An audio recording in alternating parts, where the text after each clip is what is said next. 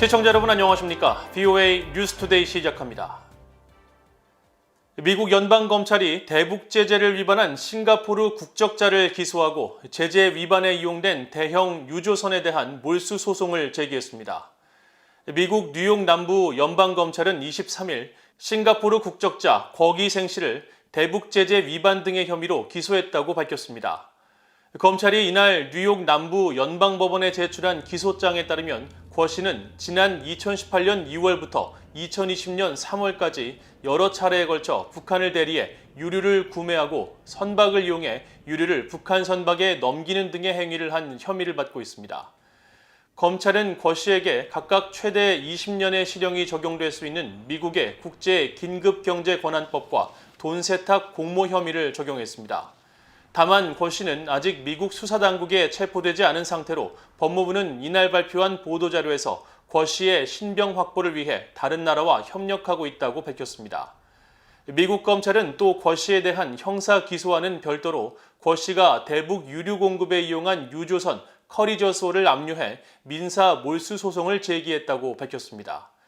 존 디머스 미국 법무부 국가안보 담당 차관보는 커리저소의 압류는 공해상에서 제재를 회피하려는 북한 정권의 노력을 가라앉히는 또 다른 조치라며 미국은 민사 몰수와 형사 기소를 통해 계속해서 북한 정권의 제재 회피 행위를 단속할 것이라고 밝혔습니다. 북한이 약 6개월 만에 중국과의 무역을 소폭 재개하면서 국경 봉쇄 조치가 완화될지 여부에 관심이 쏠리고 있습니다. 일부 언론들은 현지 취재 등을 통해 조만간 화물열차 운행이 재개될 것이라는 전망을 내놓고 있는데 최근 신의주역의 가림시설이 철거된 것으로 확인돼 교역 재개와의 연관성이 주목됩니다. 함지하 기자가 보도합니다. 북한 신의주역을 촬영한 지난달 16일자 위성사진입니다. 길이 약 400m에 달하는 터널 형태의 기차 가림시설이 설치된 가운데 비닐로 만들어진 듯 군데군데 찢어져 있고 색깔도 주변 석탄 야적장의 영향을 받은 듯 곳곳이 검은색으로 변해 있습니다. 북한은 지난해 10월 이 시설을 최초 설치했는데 지난달 31일 돌연 철거된 것으로 확인됐습니다. 열차의 화물을 가리거나 눈이나 비 등으로부터 보호하려는 목적으로 추정되는 해당 시설이 돌연 철거되면서 지난해부터 운행이 중단된 화물열차 재개와 어느 정도 연관성이 있는지 주목됩니다. 최근 일부 언론들은 북한과 중국 간 국경문이 다시 열릴 것이라는 보도를 내놓고 있습니다.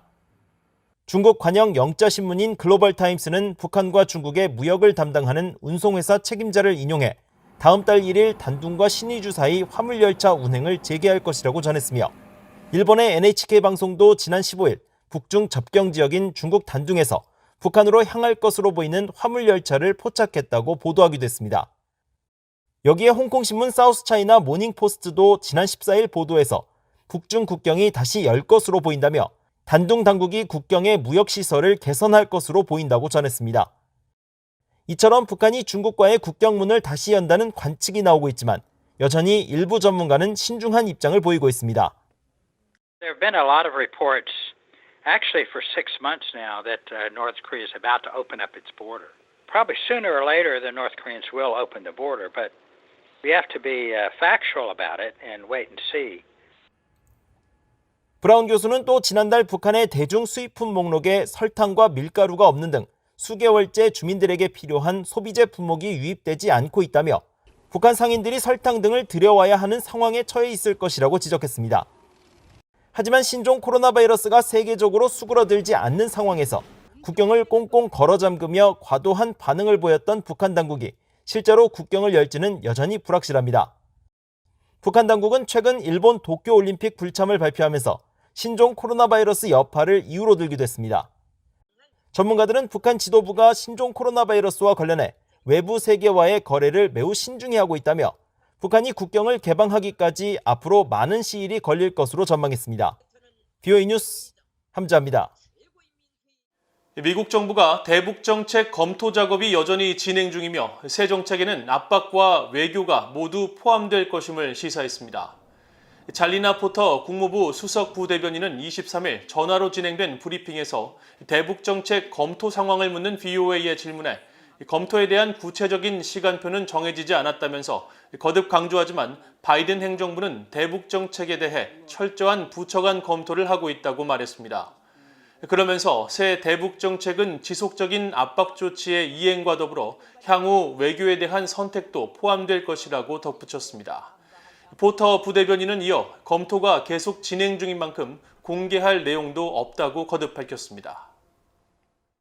오는 25일은 세계보건기구 WHO가 지정한 세계 말라리아의 날입니다. WHO는 북한의 말라리아 발병률 감소세가 뚜렷하다며 완전 퇴치를 돕겠다고 밝혔는데 코로나에 따른 북한 당국의 국경 봉쇄로 퇴치 노력을 지연시킬 수 있다는 우려가 나왔습니다. 안소영 기자가 보도합니다. 세계보건기구 WHO는 전 세계 말라리아 퇴치를 위한 국제적 협력과 지속적 관심 촉구를 위해 지난 2007년 4월 25일을 세계 말라리아의 날로 지정했습니다. WHO는 앞서 23일 홈페이지에 이 2025 계획 보고서를 공개하고 북한을 25개 말라리아 완전 퇴치 목표 대상국에 포함했습니다. 이들 대상국의 현장 지원과 기술적 지도 등을 통해 말라리아를 퇴치하도록 돕겠다는 겁니다. WHO는 그러면서 해당국들의 말라리아 퇴치 프로그램에 대한 연례 모니터링과 분기별 말라리아 발병 통계 공개를 요청했습니다. 북한의 말라리아 발병 건수는 지난 2017년 이후 빠른 속도로 줄어들고 있습니다. 지난해 12월 WHO가 공개한 말라리아 보고서에 따르면 북한 내 말라리아 발병 건수는 모두 1,869건으로 전년의 3,698건과 비교해 절반 수준으로 감소했습니다. 또한 말라리아에 따른 사망자는 지난 2010년 이후 단 한 명도 없는 것으로 나타났습니다. 말라리아는 대부분 열대 지역에서 발생하는 만큼 북한 당국이 국제사회와 협력만 잘하면 비교적 완전 퇴치 가능성이 높은 전염병이라는 지적이 나옵니다. There's about 1 million people in North Korea who are at risk of acquiring the disease. What people call the last mile, the last effort. It depends on getting the medicine from outside, China and other countries, and then they can probably eliminate malaria completely. The other thing is there's been a lot of effort in sanitation that can breed the mosquito. 한반도에서 발생하는 3일열 말라리아는 아프리카에서 유행하는 것보다 덜 치명적이지만 잠복 기간이 1년에 달한다는 특징이 있습니다. 이런 가운데 신종 코로나 바이러스 여파가 말라리아 퇴치의 걸림돌로 작용할 수 있다는 우려가 나오고 있습니다. WHO는 이번에 공개한 보고서에서 코로나로 인한 많은 나라의 국경 봉쇄와 이동 제한 조치가 말라리아 퇴치에 필요한 물품 전달을 지연시키고 있다고 지적했습니다. 소바주 전 소장도 BOA에 장기간에 걸친 북한 당국의 국경 봉쇄 조치로 진단키트나 치료제, 또 모기 기피제 등 물품 조달을 지연시켜 말라리아 퇴치 노력을 어렵게 만들 수 있다고 우려했습니다. BOA 뉴스 안소영입니다. 북한의 열악한 인권 상황 개선을 촉구하는 18차 북한 자유주간 행사가 오는 25일부터 다음 달 1일까지 워싱턴과 서울에서 화상으로 열립니다. 이 행사를 주최하는 미국의 북한 자유연합은 신종 코로나 바이러스 여파로 대부분의 행사를 온라인으로 진행한다며 북한을 열자는 주제로 다양한 행사들이 열릴 예정이라고 밝혔습니다. 이 단체는 북한의 심장과 마음, 국경을 열자는 목표로 기도회를 열고 미국의 전문가들과 고위 탈북민들을 초청한 인권 토론회를 가질 계획이며 이 자리에서 대북 정보 유입의 중요성과 탈북민 구출 방안을 논의할 것이라고 덧붙였습니다. 이 단체의 수전 슐티 의장은 BOA에 코로나 여파와 한국의 대북 전단 금지법, 북한 정권의 반동사상 문화배격법 등으로 북한 주민들이 어느 때보다 고립과 폐쇄 속에 놓여 있다며 북한인들의 심장과 마음, 국경을 열기 위한 다양한 협력 방안을 모색할 것이라고 말했습니다. 북한의 열악한 인권 실상을 알리며 국제사회의 관심과 개선 노력을 촉구하는 북한 자유주간 행사는 지난 2004년부터 워싱턴과 서울에서 번갈아가며 개최되는 연례 행사로 미국의 북한인권법 제정과 UN 북한인권 결의안 채택 등 북한 인권 개선을 위한 국제사회의 단합에 기여했다는 평가를 받고 있습니다. 한국 내 시민단체들이 북한 김일성 주석의 회고록 세기와 더불어의 한국 내 판매와 배포를 금지해달라는 가처분 신청을 서울 서부지법에 냈다고 밝혔습니다.